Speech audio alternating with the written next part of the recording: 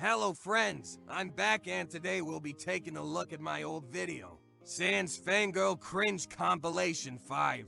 I've grown a lot since that video 5 whole years ago, and considering it's my most popular video, why not recreate it? I've gotten more into the swing of critique instead of cringe, so I'll be giving my best insight on how to improve. I hope you enjoy and thanks for being here.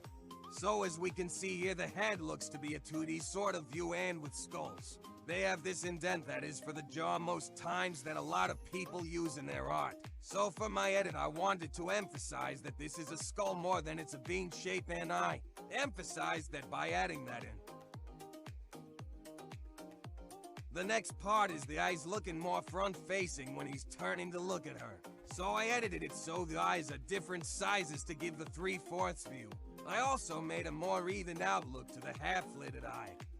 Then for the eyeballs, I tried to make it so he's looking at her more than looking in her direction. You can also, for front-facing views, look at the character and decide if it feels they're looking you in your own eyes. Then the nose. This part was a little difficult for a second, but the main idea is to foreshadow how you look at it. Does it look like the hole for his nose is turned, or does it look like he's still facing the camera?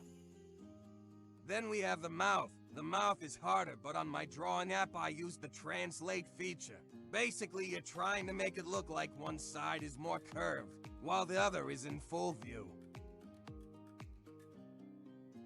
This is the final part. Basically, I was trying to give more of a casual look for his arm instead of him grabbing her. His arm looks more relaxed and isn't wrapped around her neck. It looks more like it's on her shoulder now. This is the before and after. I can't go into much depth, but this is just ideas for how to improve. I hope it's helped. So this one I know was made on Flip-a-Clip, which is really hard to use, especially for coloring. I always recommend ibispaintX if you're drawing on mobile. It's free and I've used it forever. Starting off, I tried to clean up the face and even out the eyes. I evened the face and got rid of the mouth and nose ring momentarily, if you can't do the eyes. I know the app will let you make a new layer, and then you can select with the lasso, and then use the flip button when selected. For the next part, one tried to put the mouth more centered on the face. This helps with showing where your character is looking, as well as what features you're trying to show. For making your characters look sick, you normally want to use red over the bridge of the nose. But for remaining similar, I used green too. I'll put another version at the end. But to emphasize how she's sick, I added sick bubbles. You can do these symbols with things like anger and worry. I freshened up the eyes in this part to make them look more alive and glossy, the way it was before. They were hard to see and didn't grab attention. Personally, I don't use much shine unless my characters are wide-eyed or watery, so it was perfect to use here. Once again, for Sans' head, I carved out the jaw and top skull so it looks more 3D. For Sans' eyes, it's a little harder. He was looking at the camera and almost all of his other eye was hidden, like I said before. I made sure it looks like he's looking at me. Then as the final touch, I moved his nose to look like the arch was in between the eyes. I hope this helped. I know it wasn't super in-depth and I'm sorry, but I hope watching as I did it helped a bit. Flip-a-Clip is hard to use for drawing and I get that. You're doing great. Whenever we're drawing a body, we want to add the neck even if it seems like it would ruin the cartoon look. It differentiates most times between the body and the head, since without it they would be the same size. The shirt was sleeveless, so I assumed it may be a tank top and changed it to look like it isn't all the way up her neck.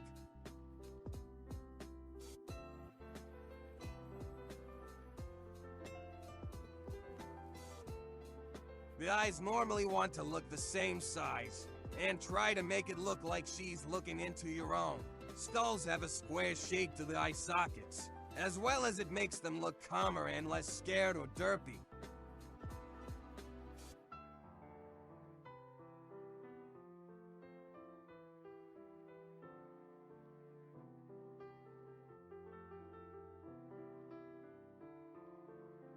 I hope you guys enjoy this style of video, if there's any way I can improve, or you want me to give advice on your art. A Google form will be in the description.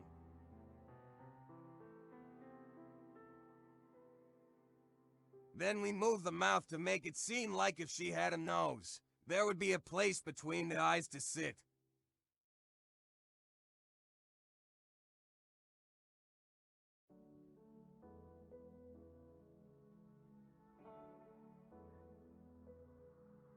This one I couldn't do much on considering its style and the fact I'm not speaking with the person. I like the color idea, and all it takes is experimenting to find an idea you like. For this, I decided to try and make the hand look more like it's not just a stub. Of course, with the angle and cartoon look, it's hard to do. But I tried to make the finger look like it's got other fingers folded under it, then the thumb. That's folded to be behind the hand and over the other fingers. The next part is the face. I tried to make the eyes more freestyled and rounded. For cartoons, you can crease the upper eyelid to create emotion, especially if there are no eyebrows or they aren't visible.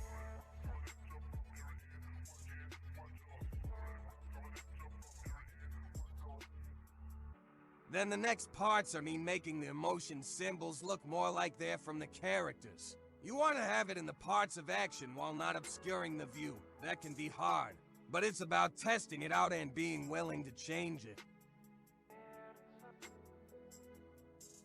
This one looks good. There's just small things you can always change. And soon those small things will add up and you'll see improvement.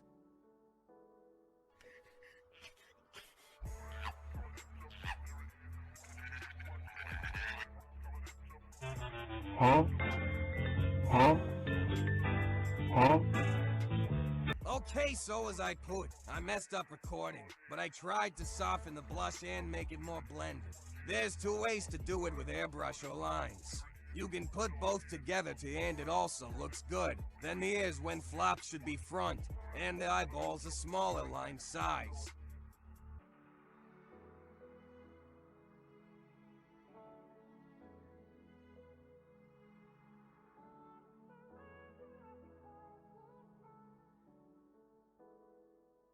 This one as well got messed up in recording, but basically I made the whiskers a different pen size to show it's not lines on the face. Then, I made the ears look less pointed. Cats have pointier ears, but they also round out. The bow tie I would use a reference for, but use creases to show fabric.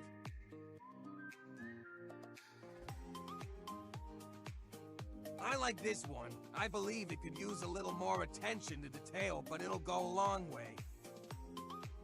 This is one of my speed paints to show how my drawing process goes. As you can see, I do reference a reference made by the talented Kanosis on TikTok. As you can see, I did trace over some of the lines, but I also altered it and changed a lot of what it was prior.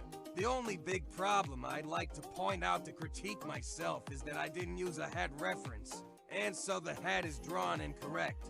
The main thing I think is important is just tinkering with your art. You shouldn't spend forever, but testing things out isn't a bad thing. I always encourage using layers and things of the sort.